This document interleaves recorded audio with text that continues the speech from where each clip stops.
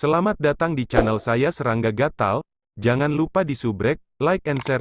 Mimin doakan semoga kita sehat semua. Oke, kita mulai. Star pagoda yang menjulang tinggi tidak memiliki pelindung yang menjaga tempat itu. Itu tidak memerlukan pelindung juga karena Dewa Void di kuil surga Void besar memenuhi syarat untuk masuk. Sui Ying berubah menjadi aliran cahaya, terbang ke pintu masuk pagoda Star. Dengar, bukankah itu Dongbo Sui Ying? Itu adalah murid senior saudara Dongbo Sui Ying. Dia benar-benar terbang ke Star Pagoda? Petik 2. Dia benar-benar memasuki Star Pagoda. Beberapa murid dewa sejati yang terbang di dalam kuil surga Void besar terkejut ketika mereka melihat Sui Ying terbang ke pagoda bintang dari kejauhan. Karena penindasan dunia suci, mereka tidak bisa dengan mudah menyelidiki aura Sui Ying dari jarak yang begitu jauh.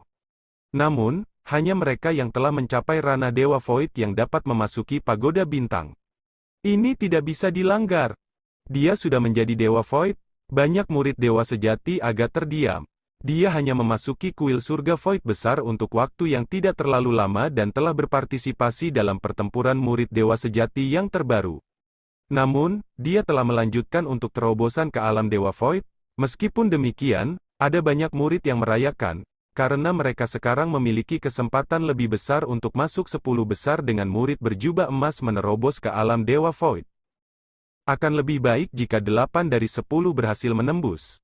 Namun, tidak mudah untuk menerobos dalam hukum dan garis keturunan misteri yang mendalam. Sui Ying memasuki Star Pagoda. Pintu pagoda selalu terbuka, dengan interiornya yang gelap dan suram. Saat dia masuk, Sui Ying bisa merasakan banyak lapisan ruang di sekitarnya. Hanya setelah terbang sejenak, dia akhirnya bisa melihat tanah terpencil yang luas. Sui Ying melihat puncak gunung yang relatif menarik di tanah terpencil ini. Puncaknya telah dipotong secara merata, dengan 3 karakter yang tidak dikenal tercetak di atasnya. Meskipun demikian, Sui Ying bisa mengalami makna yang dijiwai dalam karakter. Justru, pagoda Star. Ada juga patung di tepi gunung. Itu adalah patung humanoid, muncul sedikit tipis, kecil, dan dengan baju besi yang dikenakan di atas chainmail. Dia saat ini dengan dingin menatap Sui Ying, yang ada di luar. Gelombang. Dan pada saat mata patung itu bertemu dengan Sui Ying tiba-tiba merasakan jantungnya berdebar kencang. Meskipun dia telah mengalami perasaan penindasan tanpa batas ketika dia melihat Forefather Tian Yu dan Swordmaster, paling tidak, Forefather Tian Yu dan Swordmaster tidak sengaja melakukannya. Namun, perasaan penindasan datang dari mereka adalah karena perbedaan besar antara dirinya dan mereka dalam hal kekuatan hidup. Tetapi pada saat ini, Sui Ying gemetaran, karena tidak dapat menghentikan dirinya untuk melakukannya. Patung di dinding batu itu tampak hidup. Sementara aura tak terlihat yang dipancarkan olehnya membuat Sui Ying melihat pemandangan yang mengejutkan. Ini adalah bentuk kehidupan yang tipis dan kecil mengenakan baju kulit ketat. Itu memiliki kepala botak, dan ada sekelompok besar pembudidaya di sekitarnya. Ada aura dengan kekuatan yang berbeda-beda yang berasal dari para pembudidaya, dengan yang terlemah dari dunia persatuan, sementara 2 yang terkuat memancarkan aura alam primal chaos. Gelombang, hanya 1,5 meter tinggi kurus dan bentuk kehidupan kecil meraung dengan kejam. Tiba-tiba, tubuhnya berubah menjadi gumpalan cahaya hitam, menembak ke segala arah, langsung menelan semuanya. Semua pembudidaya termasuk 2 raksasa Rana Primal Chaos dikejutkan oleh cahaya hitam, yang masing-masing hancur berkeping-keping. Mereka tidak hanya hancur berantakan, bahkan senjata dan armor mereka juga telah hancur total. Cahaya hitam tak terbatas segera menyatu lagi. Mereka terbentuk kembali ke dalam bentuk kehidupan yang tipis dan kecil. Dengan dingin menyapu pandangannya ke seluruh tempat, dan tampaknya tidak ada jejak emosi di matanya. Setelah itu, adegan ini menghilang. Ini, Sui Ying melihat patung makhluk hidup tipis dan kecil di samping kata-kata pagoda bintang di dinding gunung. Adegan pertempuran sebelumnya menunjukkan pembudidaya yang tak terhitung jumlahnya sedang dibantai. Bahkan 2 raksasa Rana Primal Chaos dibantai. Kepanikan mereka terasa begitu nyata. Seharusnya tidak palsu. Petik 2. Pagoda bintang ini disempurnakan oleh Tuan Kota Luo, tidak ada alasan baginya untuk meninggalkan adegan palsu. Tampaknya semua keberadaan Primal Chaos di 5 dunia suci besar dan kekacauan Primal Batal memiliki ketenaran dan reputasi yang sangat besar. Selama aku dengan hati-hati mengumpulkan intelijen, aku mungkin bisa menemukan identitas kedua raksasa Primal Chaos itu. Sue Ying menebak dengan samar. Meskipun gurunya Guqi telah memberinya kecerdasan, mereka adalah berita tentang keberadaan Rana Primal Chaos yang hidup. Dua yang dibantai dalam adegan ini. Sue Ying tidak memiliki kecerdasan apapun pada mereka karena mereka sudah mati. Siapa sebenarnya makhluk hidup tipis dan kecil ini? Mungkinkah dia menjadi rahasia besar yang disebutkan guru Guqi sebelumnya? Petik 1. Namun, aku harus melewati tingkat kelima Star Pagoda sebelum aku mengetahuinya. Sue Ying mengerti bahwa dia masih terlalu lemah. Gurunya Guqi mungkin telah memberitahu banyak hal tetapi juga menyembunyikan hal-hal yang terlalu rahasia. Jelas, dia tidak ingin mengganggu hati Sue Ying. Sebagai contoh, Master Suci dari dunia suci kuno memiliki permusuhan dengan semua keberadaan Rana final lainnya. Atau misalnya, dunia suci kuno yang paling primitif telah dihancurkan satu kali sebelumnya, atau fakta bahwa ada keberadaan alam akhir yang mati sebelum. Semua rahasia ini tidak dimaksudkan untuk diketahui oleh orang-orang di tingkat Sue Ying. Sue Ying terus melangkah maju, terbang melalui dinding saat dia mengamati sebidang tanah terpencil yang luas ini. Lampu abu-abu yang tak terhitung jumlahnya mulai keluar dari tanah-tanah terpencil yang luas ini. Mereka mengembun menjadi sosok yang kabur, sebelum akhirnya berubah berbeda. Ini adalah prajurit lapis baja abu-abu sekitar 3 meter. Pada tanduk bengkok unik tertanam di pat bahu baju besinya. Pada saat ini, prajurit berkulit biru ini telah memfokuskan matanya pada Sue Ying. Bunuh dia dan kamu akan dapat melanjutkan ke tingkat kedua. Roh harta karun bintang pagoda terdengar oleh telinga Sue Ying. Apakah ini uji coba? Sue Ying dengan hati-hati mengamati lawannya, dan tidak bisa menahan rasa dingin di hatinya. Prajurit lapis baja abu-abu ini berdiri di sana dengan dingin, memancarkan aura yang tampaknya tidak selaras dengan hukum dunia di sekitarnya. Seperti Sue Ying dan yang lainnya, atau mereka yang berasal dari agama ibu leluhur, budidaya kuno dan budidaya garis darah, semua kultivasi ini semuanya selaras dengan hukum operasi dunia. Namun, prajurit lapis baja abu-abu di depan Sue Ying ini memiliki aura yang menyebabkan kekosongan di sekitarnya bengkok. Itu karena gangguan yang terbentuk dalam hukum dunia. Kamu lawanku kali ini? Prajurit lapis baja abu-abu memandang Sue Ying. Dengan bakat bawaannya, dia bisa menentukan aura jiwa Sue Ying, sangat lemah. Sampah yang lebih buruk dari celaan. Petik 2. Sue Ying mengamati sejenak sebelum bertindak mengambil tindakan. Dia tidak menampilkan gerakan terkait domain seperti Slugter domainnya. Meskipun dia telah menjadi Dewa Void, dia berhasil menembus garis keturunan Void Walker. Saat ini, ia belum memperbaiki hukumnya. Meskipun Slugter Domain sangat membantu dalam pertarungan murid dewa sejati, Sue Ying samar-samar bisa merasakan bahwa tidak ada gunanya berurusan dengan lawan di depannya. Naik. Dengan pikiran, 3, Sue Ying berjubah hitam muncul di sisi prajurit lapis baja abu-abu yang jauh itu. Mereka semua memegang tombak saat mereka segera menampilkan gerakan membunuh terkuat yang Sue Ying pegang saat ini, pedang kedua apokaliptik. Pada saat itu, sejumlah besar bayangan tombak melintas. Setiap tombak telah menembus 81 kali berturut-turut. 81 tombak bayangan samar-samar membentuk diagram arai besar, sebelum 3 diagram tombak menyelimuti prajurit abu-abu itu. Prajurit lapis baja abu-abu berdiri di sana tanpa bergerak. Dia membiarkan 3 diagram tombak besar membombardirnya di tubuhnya, dengan hasil hanya meninggalkan beberapa titik putih. Sangat lemah, kata prajurit abu-abu lapis baja itu. Ekspresi Sue Ying berubah. Prajurit lapis baja abu-abu itu mulai bergerak. Tanpa diduga menghilang dari lokasi aslinya, dia muncul tepat di samping Sue Ying di detik berikutnya, sebelum tangan kanannya meledak.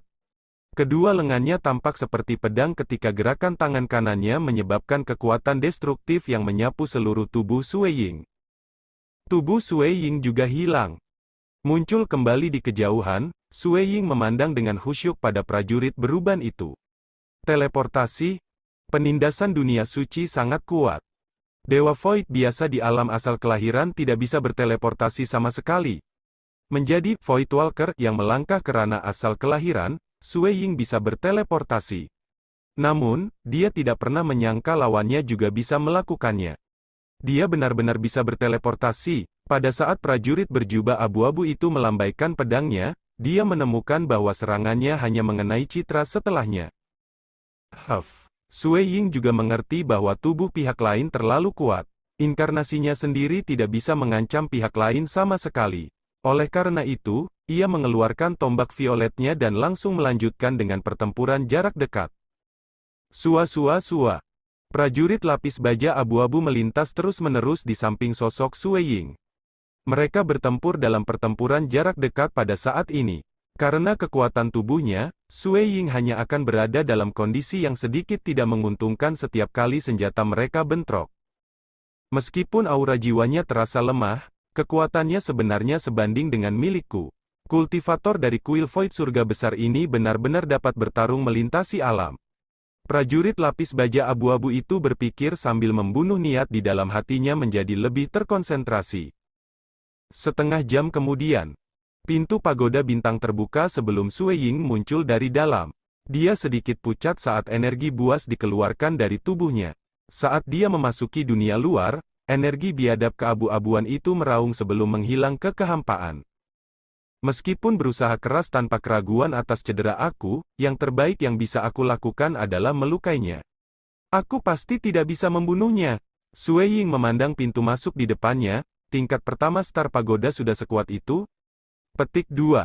Pedang kedua apokaliptik dikatakan mampu memungkinkan penguasa untuk dapat melarikan diri dengan kehidupan mereka dari ahli ranah persatuan. Meskipun menggunakan pedang kedua apokaliptik, 3 inkarnasinya tidak bisa melukai pihak lain meskipun menggunakan. Menurut informasi yang aku tahu, untuk bisa melewati Star Pagoda tingkat pertama, aku harus memiliki kekuatan alam persatuan yang biasa. Untuk melewati level kedua, aku harus memiliki kekuatan puncak dunia kesatuan. Adapun tingkat ketiga, itu berada di puncak tertinggi dari level ranah persatuan. Sui Ying merenungkannya, meskipun aku memahami pedang kedua apokaliptik, aku masih sedikit kurang dibandingkan dengan para ahli bidang kesatuan Unity biasa. Petik 1. Untuk mencapai puncak kekuatan alam persatuan di alam Dewa Void biasa, Sui Ying menghela nafas dalam hati. Itu sangat menantang. Bahkan di kuil Great Void Heaven, hanya beberapa ahli bidang serikat hanya bisa melewati tingkat ketiga atau keempat, dengan demikian mengambil tanggung jawab sebagai tetua aula luar. Pakar ranah persatuan harus melewati level kelima sebelum mereka dapat mengambil posisi sebagai Inner Hall Elder. Menghapus level kelima berarti seseorang telah mencapai batas wilayah primal chaos dalam kekuatan tempur. Mereka juga harus mencapai pencapaian besar dalam aspek-aspek tertentu, sehingga mereka bisa bertahan dan melarikan diri setelah bertarung melawan raksasa ranah primal chaos. Dengan demikian, Tetua Aula bagian dalam dari kuil surga Void besar memiliki status yang sangat tinggi. Menjadi eksistensi yang berhasil melewati tingkat kelima, mereka dapat dengan mudah membunuh para ahli ranah persatuan lainnya bahkan jika ada ratusan atau lebih dari ribuan dari mereka. Mereka tidak bisa lagi diperlakukan sebagai ahli ranah persatuan biasa. Menurut legenda, ahli ranah persatuan bahkan bisa melewati tingkat ke-6. Itu sebenarnya seseorang yang bisa bertarung melawan raksasa ranah primal chaos. Namun, mereka sangat langka. Tampaknya tidak ada satupun dari itu yang pernah ada di kuil surga Great Void, meskipun ada dalam sejarah-sejarah. Tentu, ada lebih banyak ahli yang menghancurkan surga yang bisa melewati tingkat ke-7 sebagai ahli ranah persatuan. Ini adalah legenda tentang mereka di 5 dunia suci, dengan 2 keberadaan seperti itu dalam rentang panjang sejarah. Keduanya telah lama mencapai ranah primal chaos dan benar-benar ahli yang menakutkan bahkan di antara para ahli ranah primal chaos lainnya. Kembali ke aula Istana Waktu. Sui Ying duduk di sebuah planet yang tertutup oleh dataran yang indah, setelah melanjutkan penanaman tertutup. Menurut aturan kuil surga Void besar, aku harus melewati tingkat ketiga dalam 10 miliar tahun setelah menjadi Dewa Void untuk menjadi tetua aula dalam. Kalau tidak, Aku harus mengambil tanggung jawab sebagai tetua aula luar dan akan dipaksa untuk memasuki kota kekacauan utama. Pikir Sui Ying. 10 miliar tahun ini adalah waktu yang berlalu di dunia luar. Jika dia memiliki origin world rocks yang cukup, dia bisa berakselerasi ke 1000 atau bahkan 10.000 kali di Palace Hall of Time. Kuil Great Void Heaven pasti akan bersedia untuk melihat melalui kesepakatan ini jika Sui Ying bisa mengeluarkan sebanyak itu origin world rocks. Void Gods harus menghabiskan 5 origin world rocks untuk setiap 100 juta tahun yang mereka habiskan di Palace Hall of Time dengan kecepatan akselerasi waktu ratusan kali.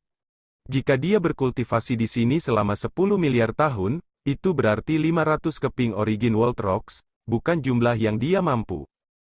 Aku seharusnya bisa melakukannya. Saat ini, hanya ada tetua Hall Void God biasa di generasi ini. Menjumlahkan mereka yang telah melakukannya dalam sejarah, sebenarnya ada beberapa. Sui Ying terus berkultivasi. Setelah menjadi Dewa Void, ia secara alami harus berkultivasi dengan benar.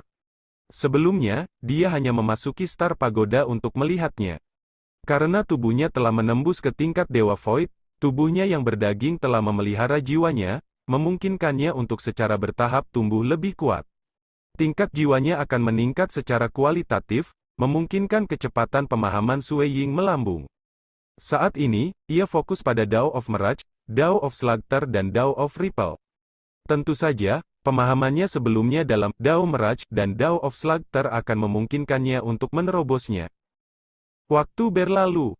Di planet dataran rumput ini, gulma terus tumbuh lebih tinggi dan lebih tinggi, sekarang bahkan lebih tinggi dari Sui Ying yang duduk bersila. Akhirnya, mereka akan mengering dan layu, dan dataran berumput di planet ini akan menjadi sunyi sepi. Planet terpencil akan segera memiliki rumput yang lebih baru tumbuh dan mengulangi siklus. Tumbuh, layu. Ini adalah reinkarnasi, yang akan berulang kali. Lebih dari 1 juta tahun, lebih dari 100 juta tahun telah berlalu. Bagi manusia, ini adalah waktu yang sangat lama. Tetapi untuk Sui Ying saat ini, itu hanya periode singkat yang cukup baginya untuk mengembangkan Dao of Mirage dengan sempurna. Setelah 230 juta tahun, Sui Ying akhirnya mencapai tingkat Dewa Void dalam jiwanya. Sui Ying yang berkaki silang membuka matanya. Matanya memiliki entitas surgawi yang sangat besar berputar di sekitar. Hong lama sekali gelombang. Dunia di dalam tubuhnya juga mengalami perubahan besar. Dunia batin tanah awalnya luas saat ini sedang terdistorsi. Seluruh dunia batin, di bawah pengaruh hukum yang tak terlihat, telah bertransformasi dari bentuk tanah yang besar menuju penampilan entitas bola kosmis. Bulat. Bintang matahari berbentuk bulat. Bulan bintang berbentuk bulat. Kosmos itu bulat. Bola itu berisi kesempurnaan di setiap bagian permukaannya. Jari-jari dari pusat bola ke permukaan sama. Ini adalah bentuk yang sangat sempurna dan lengkap. Ketika seseorang memasuki Void God ranah dari menjadi penguasa dewa sejati, akan ada transformasi kualitatif besar di dunia batin ketika menerobos menggunakan hukum dan sistem misteri yang mendalam. Dan hasil dari transformasi ini akan terkait dengan sistem hukum yang dipahami. Dao of Mirage akan berkembang menjadi sistem hukum Mirage. Beberapa menerobos ke Void God, membentuk dunia batin yang mirip dengan dunia material, mengubah tanah yang sangat besar menjadi dunia dengan sejumlah besar benua yang ada bersama-sama. Benua yang tak terhitung jumlahnya akan ada bersama sebagai satu kesatuan utuh. Ini juga merupakan bentuk evolusi. Ada juga beberapa yang dunia batinnya akan berubah menjadi abis gelap, membentuk banyak dunia daratan yang ditumpuk satu sama lain. Terus membangun level demi level, mereka akan sama bentuknya dengan usus. Alam material, Dark Abyss, Sunstar, Moonstar. Semua ini adalah eksistensi pada level yang sama. Meskipun demikian, mereka mewakili arah yang berbeda. Dunia batin Sui Ying saat ini telah berevolusi menuju arah bintang matahari dan bintang bulan. Hong lama sekali gelombang. Akhirnya, dunia batin telah berubah menjadi planet besar. Itu benar-benar besar dan seukuran Sunstar. Namun, ketika membandingkan kekuatannya, dunia batin ini jauh lebih lemah. Volume tanah dan volume logam yang sama juga berbeda secara alami. Dan planet yang sangat besar saat ini hanyalah di alam asal kelahiran. Planet-planet Mirage. Sue Ying bisa merasakan planet yang sangat besar ini di tubuhnya. Planet yang sangat besar ini berisi hukum bergulir tentang apa yang baru-baru ini dipahami Sue Ying, sistem hukum kabur. Sistem ini mengambil Dao of Mirage sebagai intinya sementara menggabungkan dalam misteri mendalam lainnya dengannya. Sebagai contoh, misteri mendalam dari Dao of Slugter atau Dao of Ripple sebagian dimasukkan ke dalamnya. Dao yang sama akan berakhir secara berbeda untuk orang yang berbeda. Dengan demikian, seseorang akan dituntut untuk menciptakan sistem hukum yang lengkap untuk menjadi Dewa Void. Setelah itu, jiwa Sue Ying mulai membaik dengan menggunakan sistem hukum Mirage sebagai basis. Waktu berlalu.